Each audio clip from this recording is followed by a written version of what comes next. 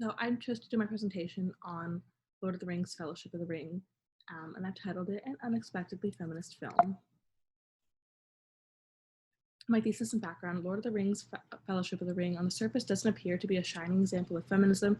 However, when examined through a feminist lens, Lord of the Rings has high quality, important female characters and male characters who reject toxic masculinity and machismo ideals, and despite the seemingly damning lack of representation and diversity, the women represented are outside of the typical fantasy female character archetypes, and the men are portrayed as conscientious, heartfelt, empathetic human beings. A brief plot summary. The future of Middle-earth is in peril. Evil forces threaten to completely destroy Middle-earth at the behest of Sauron, who will be unstoppable if he regains possession of the Ring of Power. Frodo, a young hobbit, is tasked with carrying the ring to destroy it, and the film follows the beginning of his quest across Middle-earth, accompanied by hobbit friends, an elf, a dwarf, and two men. Feminism in Lord of the Rings.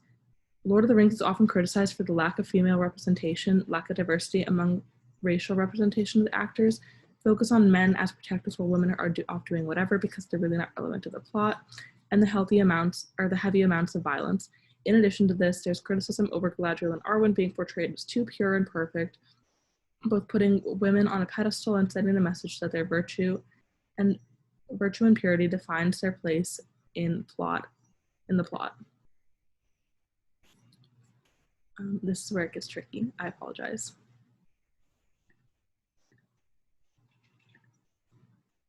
Okay. 2 seconds, sorry.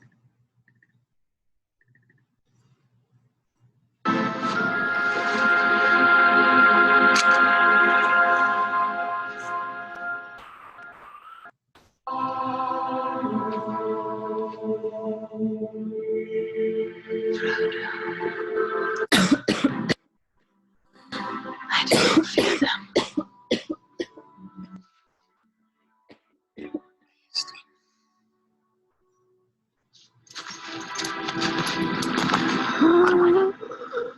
Right on.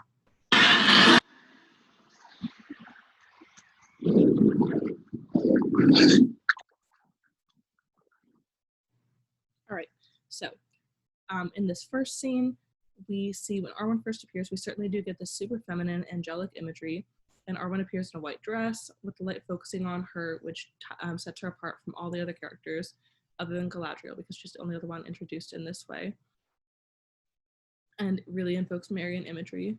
In her conversation with Aragorn, it's clear that they're equals, with Arwen pushing back on Aragorn, wanting to stay behind while him wanting her to stay behind while he rides ahead with the injured Frodo, and she refutes this, reminding him that she would be much more capable of defending the two of them and getting him safely to be healed. And how in this instance, he defers to her. She comes during this critical scene where Frodo's clearly at death's door and saves the day without needing to be saved herself, which we see at the end of the scene where the ring wraiths are washed away in the river, and avoids the common fantasy universe damsel in distress trope.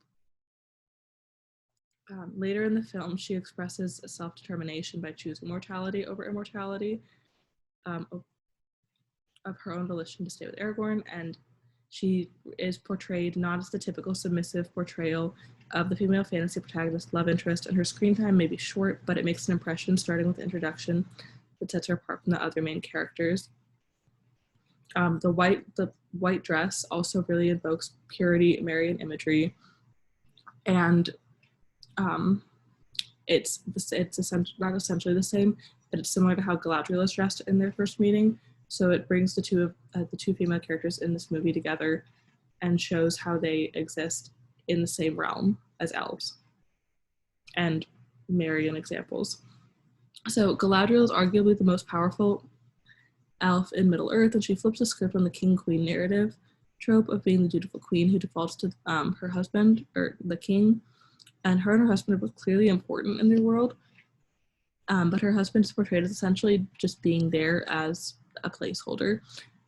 For all that he does, you could honestly replace him with a large cardboard box and you really wouldn't lose anything from the plot. However, Galadriel provides them shelter and counsel, and a place for the Fellowship to regroup and process their grief after losing Gandalf. Her presence is felt even after she's no longer on screen through the gifts that she gives the fellowship that they carry with them for the rest of the journey. She seems almost omniscient in the happenings during the journey, and seems to understand the thoughts inside Frodo's head. And she's physically portrayed as this beautiful pale blonde in this pure white dress that symbolizes moral purity, like Arwen. And we see this notion of perfection challenged. As detailed in the essay, Flawed and Formidable, Galadriel and Eowyn and Tolkien's Inadvertent Feminism, the author describes how it seems at first glance, especially through the symbolism, with being on a pedestal, like literally in their meeting, and wearing the white dress, having the blonde hair, everything, that Galadriel is put on this pedestal because of her purity.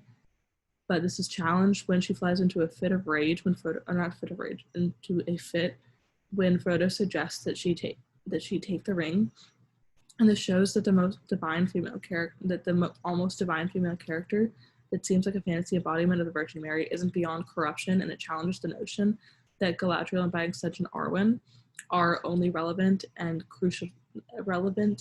involved in the plot as lauding for their morality. I'm sorry, I'm stuttering a ton. Symmetry between masculinity and femininity, A and not A. So, and Simone de Beauvoir describes the symmetry between masculinity and femininity as only in form on paper and not in practice. Masculinity being A, and being dominant and natural and even a neutral state of things, and not A, falling under the not A, having femininity fall under its umbrella and being subordinate to A and abnormal. Tolkien avoids this representation of masculinity, never othering female characters or femininity within men, or portraying the female characters as defaulting to submit to men, or men depicting dominance as a form of masculinity, but rather the pillars of masculinity are service and loyalty. Rejection of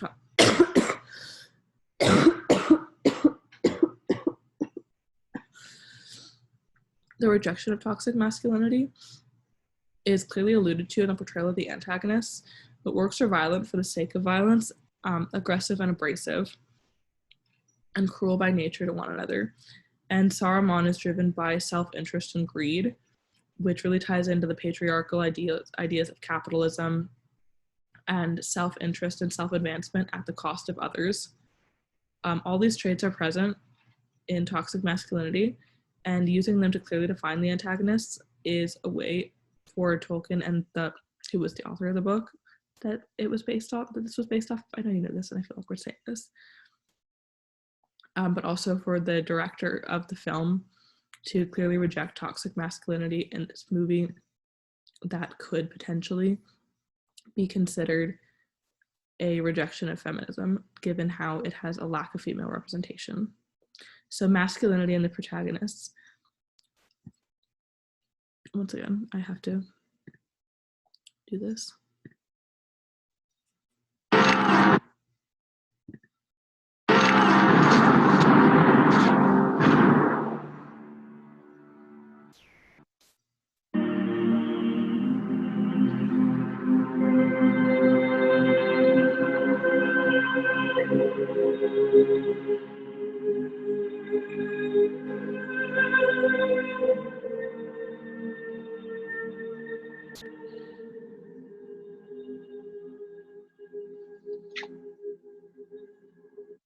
So in this scene specifically, it underscores the importance of emotions and acknowledging one's grief and displaying emotions that are typically portrayed as feminine, such as crying, and how crucial they are to the characters and their development in that moment.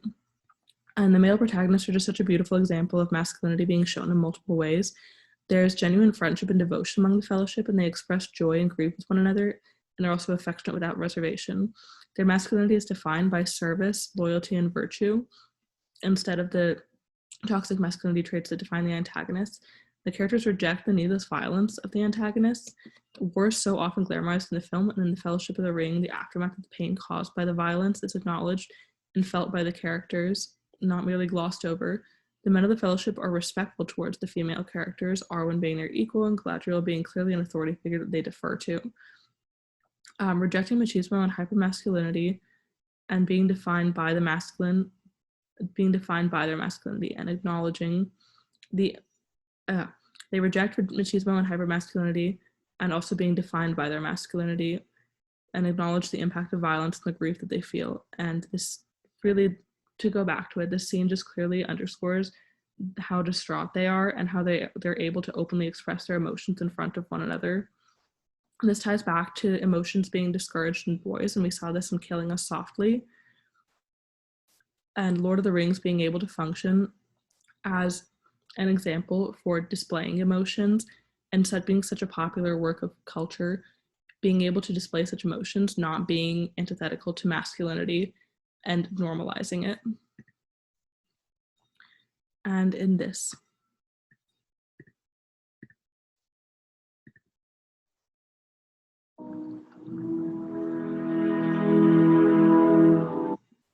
Promise, Mr. Frodo. A promise. Don't you leave him, Samwise Gamgee. And I don't mean to. I don't mean to. So the relationships are part of what makes Lord of the Rings so special. Legolas and Gimli are from two different races that clearly have tensions, and by the end of the film, they're on good working terms together and they're becoming friends. Bilbo and Frodo are openly affectionate with Gandalf. Even the gruff Boromir plays with Merry and Pippin.